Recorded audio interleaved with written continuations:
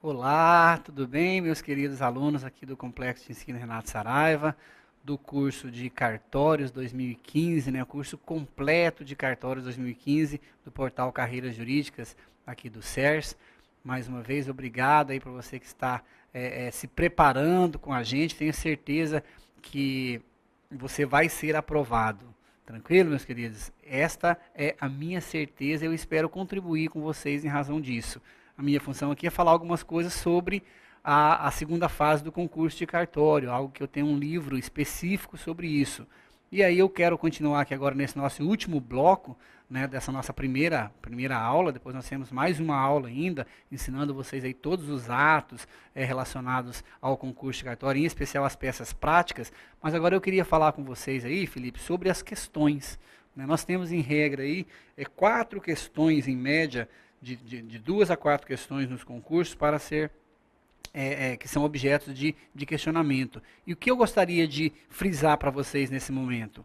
Primeiro, aquilo que eu já falei no primeiro bloco, cuidado com o número de linhas.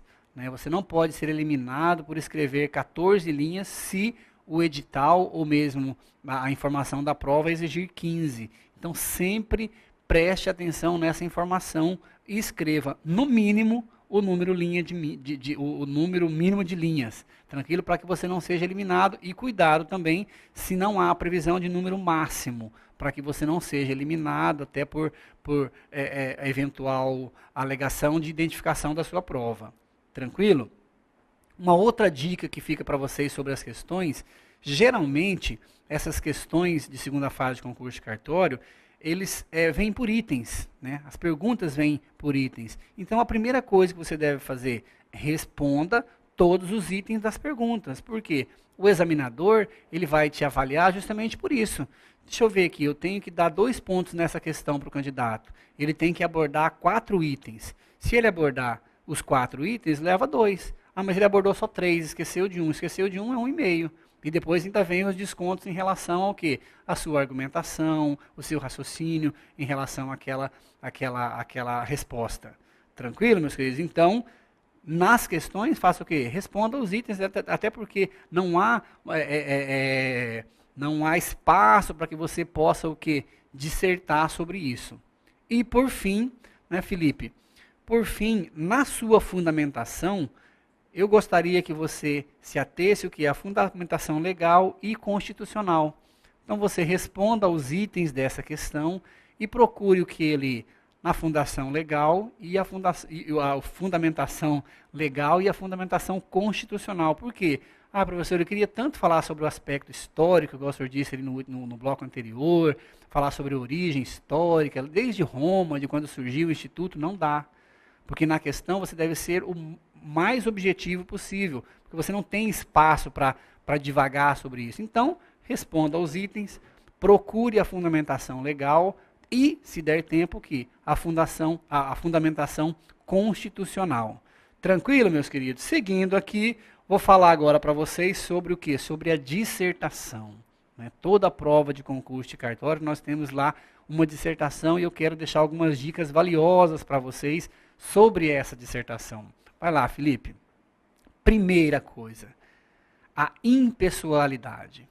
Meus queridos, é o ideal. Você não vai ser eliminado se você colocar eu acho, eu entendo, né, mas o ideal, e se você pegar um examinador chato, um examinador que não esteja num bom dia na correção da sua prova, ele vai descontar pontos, ou vai até mesmo te eliminar do concurso em razão da sua falta de impessoalidade. Dissertação deve ser, em regra, escrita o quê? Na terceira pessoa. Entende-se dessa forma, tal, fulano de tal entende dessa forma, não eu entendo, ou eu acho, ou eu quero isso. Então, muito cuidado para que a sua dissertação tenha sempre o quê? Esse caráter de impessoalidade. Aquilo que eu já disse para vocês nas regras gerais, vale aqui para a dissertação, com certeza. Texto simples, sujeito, verbo, predicado. Sujeito, verbo, predicado, sem riscos, né, em relação à utilização de vírgulas. Sujeito, verbo, predicado, prestar atenção na simetria. E aí, algo que eu quero chamar a atenção para vocês. Felipe, a linguagem na dissertação, meus queridos, é uma linguagem formal. Então, se você chegar a escrever tipo assim, tá ligado, água mole em pedra dura, tanto bate até que fura, pau que nasce torto nunca se endireita, meus queridos, evitem, né? Evitem não, jamais coloquem, né, essas terminologias, a linguagem coloquial. Você está sendo avaliado, o examinador, ele quer encontrar ali o quê? Um tabelião, um oficial registrador. E o oficial registrador, ele não vai se dirigir ao seu cliente e falar tipo assim, né? Olha aí, tá ligado, né? Sem falar ainda dos erros graves, que eu tenho certeza que nós não encontraremos aí nos candidatos do SERS. Mas então, muita ponderação e muita razoabilidade nas suas argumentações. Tranquilo?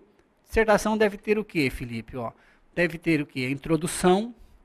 Nessa introdução, meus queridos, você vai apresentar para o examinador o quê? A sua tese, a sua linha de argumentação. O que você vai falar agora sobre esse tema? O examinador pediu para você falar sobre um tema específico. Você vai apresentar a sua argumentação. Fala, excelência, olha, a minha argumentação é essa. E essa é a sua introdução, lá com 3, 4 linhas, 5 no máximo, a sua introdução. Depois você abre um parágrafo e vai começar o quê? O desenvolvimento. Você vai falar sobre os argumentos relacionados a essa introdução. E não se esqueça, meus queridos, não tentem enganar o examinador. Se existem 2 correntes sobre esse tema, apresente para ele essas 2 correntes. Né? Fulano de tal diz isso, o STJ diz isso, o STF diz aquilo, e você, conforme a gente fez ali no rascunho, este é o momento de você realmente ser pontuado. Abordar o aspecto histórico, abordar o aspecto constitucional, abordar o aspecto legal, tudo aquilo que a gente viu no rascunho.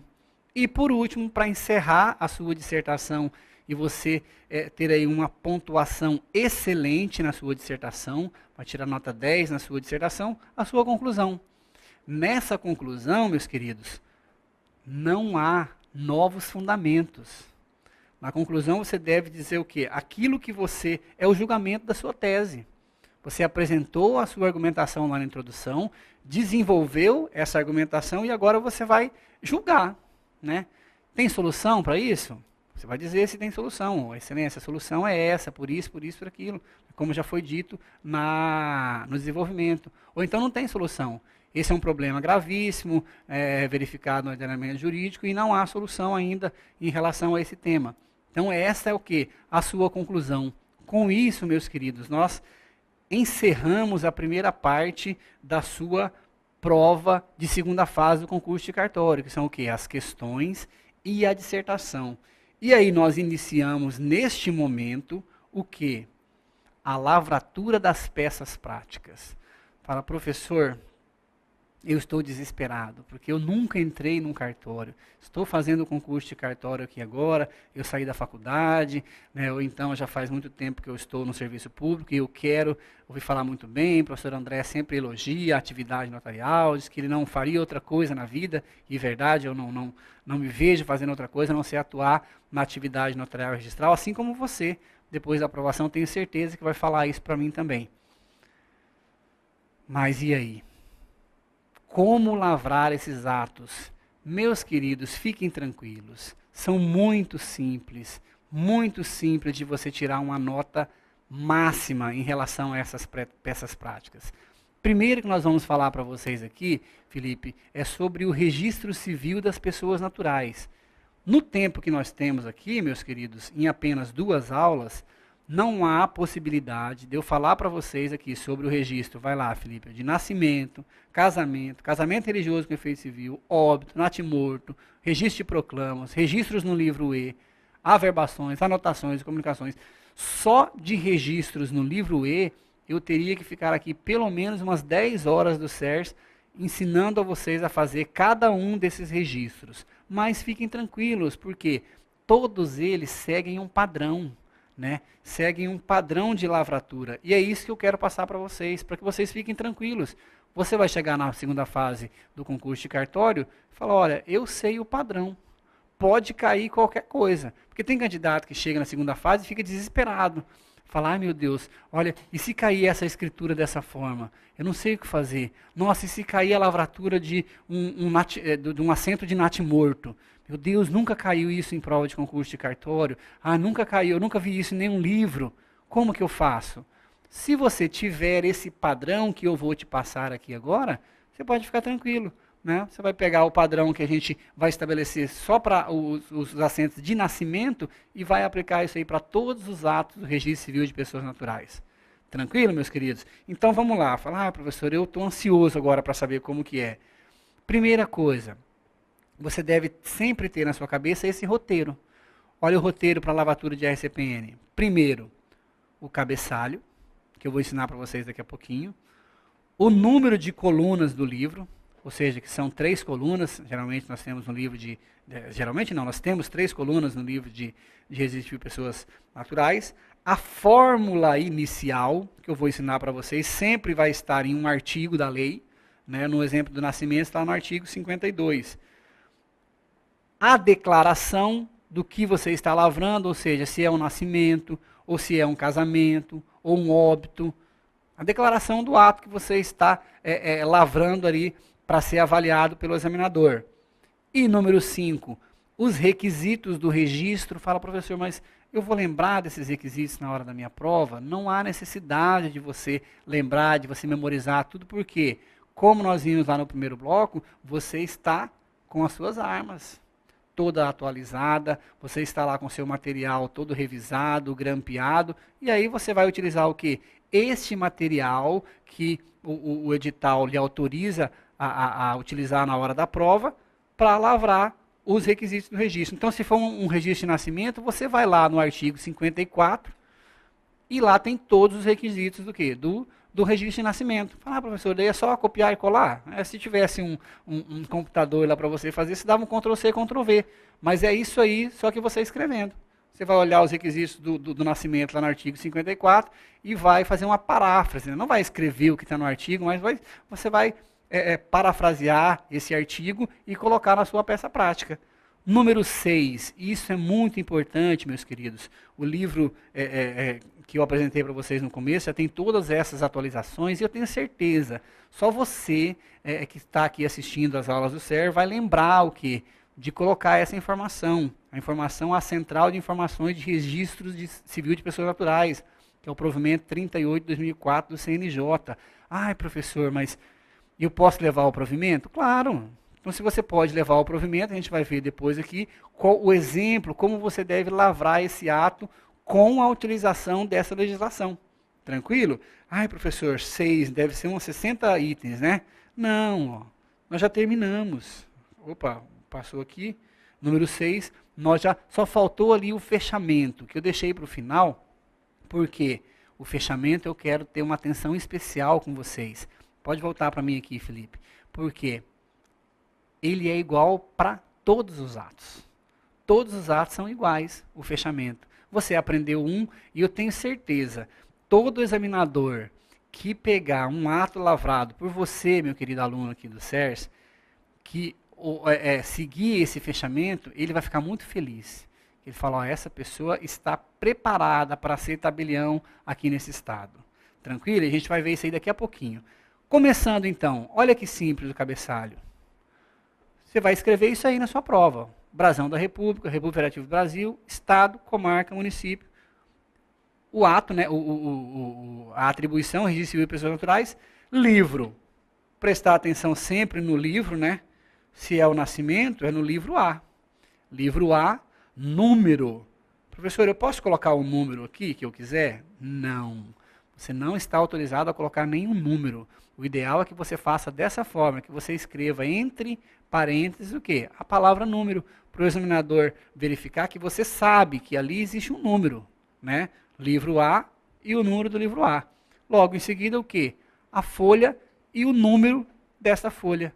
Ah, professor, que simples então esse primeiro item. Eu achei fácil, né? Eu me daria bem nesse primeiro item aqui. E depois, o número de coluna. Você vai lá no artigo 36 da Lei 6015, você pode abrir ele aí em casa, né? Eu não vou trazer para vocês aqui no slide, mas você pode verificar.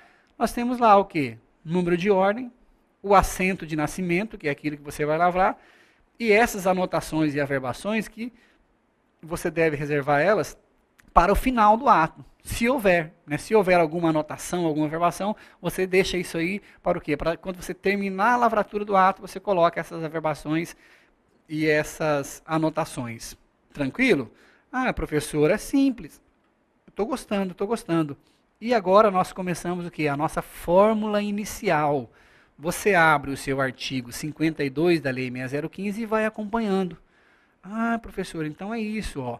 Em data, né, está lá no artigo, que é um requisito dessa fórmula inicial. Nessa serventia extrajudicial de civil de pessoas naturais, localizada o endereço, compareceu quem? E aí você vai verificar lá no artigo 52. Quem que compareceu? Compareceu a mãe, compareceu o pai, compareceu qualquer uma daquelas pessoas elencadas ali no artigo 52. Tranquilo? Ah, professor, eu gostei, eu achei legal, né? E declarou o seguinte nascimento. Nós já estamos no item 4. E declarou o seguinte nascimento. Declaração A, e declarou o seguinte óbito. Tranquilo? E o número 5, os requisitos do registro, que você encontra no nosso caso aqui no artigo 54. Está lá, ó. Eu trouxe esse exemplo, não vou trazer em todos para vocês aqui, mas eu trouxe esse primeiro aqui para que você siga esse padrão. Pode seguir esse padrão que você vai ser aprovado na segunda fase do concurso de cartório e com uma nota muito boa. Muito boa. Nós temos lá o artigo 54, então, ó. O dia, mês, ano, lugar do nascimento, a hora certa, sendo possível determiná-la ou aproximada. Olha o que eu coloquei aqui, ó. Se fosse o examinador verificando isso aqui, ele está com todos os requisitos. Falou, nossa, o professor André foi muito bem aqui, ó. Em data, né, ou seja, o dia, no local, entre parênteses, indicando qual que é o local, no endereço, está lá o endereço, a hora do nascimento, nasceu uma criança. Ai, professor, que legal. E o 2? O 2 fala sobre o sexo do registrando. Então, você vai colocar lá o quê? E o sexo do registrando. Professor, é muito fácil. Número 4, né? Eu pulei o número 3 ali, você acompanha certinho todos os itens. O nome e o prenome que foram postos à criança. Ah, professor, é aqui. Daí eu escrevo o quê, então? Você escreve isso aqui, ó, de forma simples.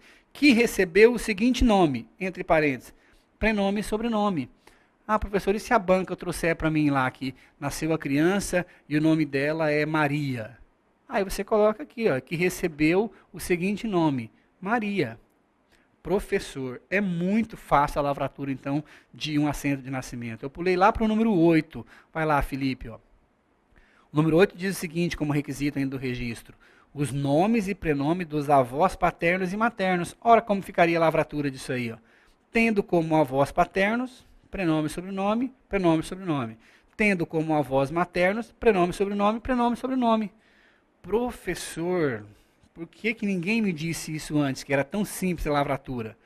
Né? Olha aí o número 10, que traz lá o artigo da lei que eu apresentei para vocês, fala sobre a DNV. Ai, professor, será que é difícil? Não, olha aqui, você lê o artigo, que você vai ter à sua disposição lá na prova, e aí faz a paráfrase. Ó. Apresentou a declaração de nascimento, de nascido vivo, DNV, com o controle do código do dígito verificador e entre parênteses o número.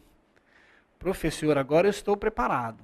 Né? Estou começando a ficar feliz já, né? Já estou aprovado na primeira fase, já estou estudando a primeira fase, tenho certeza que se cair esse registro de nascimento eu consigo fazer. E esse é o padrão para todos, meus queridos.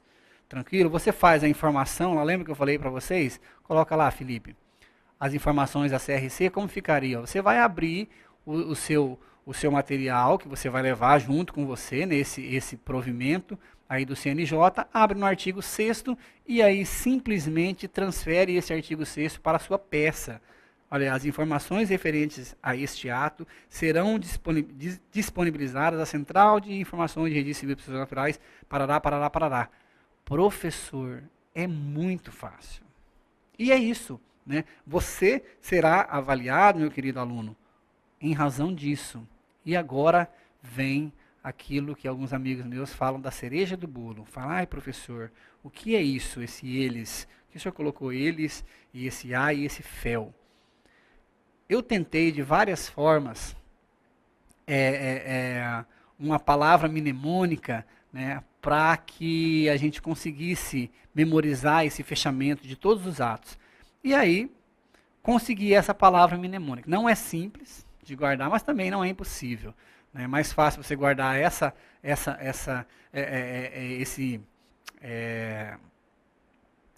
mnemônica aqui que eu trouxe para vocês do que você guardar todos os requisitos na hora da prova de segunda fase. E aí eu vou explicar para vocês o que significa cada uma dessas letras. Então sempre terminou de lavrar o seu ato, vai acabar, acabou, não tem mais nada. Você lembra do professor André falando aqui para vocês no dia de hoje. Né? Não sei onde você está, mas você lembre. Fala, olha, o professor André falou que o quê? Que a mnemônica é o quê? E, les, a, fel. Lembrou disso aqui, meu querido? Você já tem uma nota muito boa na sua prova. Ah, eu esqueci, professor, de alguns requisitos lá atrás, não fui muito bem. Mas se você fez fez um fechamento legal, bonito da sua escritura, do seu ato, com certeza você já tem uma avaliação. Você já está com o pé aí na prova oral. Ah, professor, o que é então esse eles a fel? Fala para mim aí. Deixa eu falar para vocês então, olha que legal. Vai lá, Felipe. Ó. Esse é o fechamento para todos os atos. Primeiro, o E é o encerramento. Né? Em alguns atos em que há declaração, você diz o quê? Nada mais foi declarado. Ponto. Se, por exemplo, é uma escritura pública, você colhe o quê? A declaração de todas as partes, né? A manifestação de vontade das partes e aí acabou. Acabou, você encerra a sua escritura com o quê? Nada mais foi declarado. Professor, mas tem atos em que não há declaração. E nesses atos em que não há declaração? Por exemplo, em um registro de imóvel, que a pessoa apresenta um documento. Aí você escreve somente o quê, Felipe? Escreve só o quê? Nada mais. E ponto final. Segue para o L, né? Todos os atos devem ser feitos o quê? A leitura. Você fez então o que o registro, a sua escritura, você deve ler essa escritura para as partes. E você vai escrever isso aí que você leu. Então, ó, o assento foi lido em voz alta e achado conforme em todos os termos. Professor, mas é muito simples. Eu posso escrever de outra forma? Por exemplo, assim, a escritura foi lida e foi aceita em todos os termos? Pode. A opção é sua, meus queridos. Entendeu? Você que deve estipular o seu estilo na lavratura desse hábito. Esse é só um exemplo para você ter como base. Não há necessidade de você utilizar esse exemplo do professor André. É só você lembrar o quê? Que deve constar na sua escritura a leitura e a aceitação de todos os termos, que é o nosso L. Lembra do eles, a fel? Então vamos lá. Seguindo o E. Para professor, o E são os emolumentos. Vou falar uma novidade para vocês aqui, vou confessar algo para vocês. Né? O professor André já foi eliminado de concurso porque eu não sabia disso. Eu sabia que existiam os emolumentos, né? Eu havia necessidade de colocar, mas no momento da lavratura da peça, no momento do desespero, como diz o professor Sabaga, do sangue nos olhos, o professor André esqueceu dos emolumentos.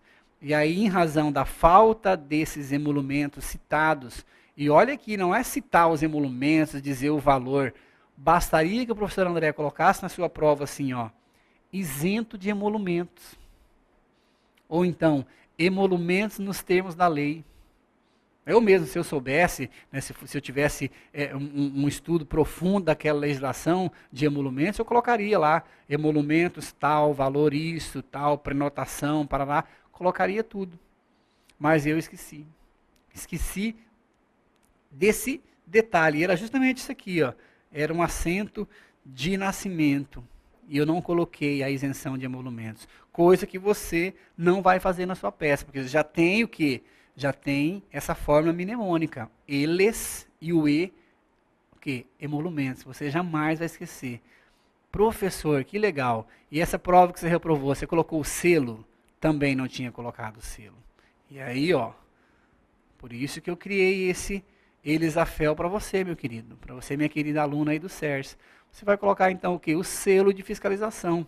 99% dos estados brasileiros têm o selo de fiscalização.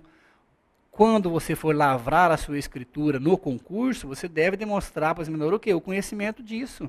O conhecimento de que no momento da lavratura você deve colocar por o quê?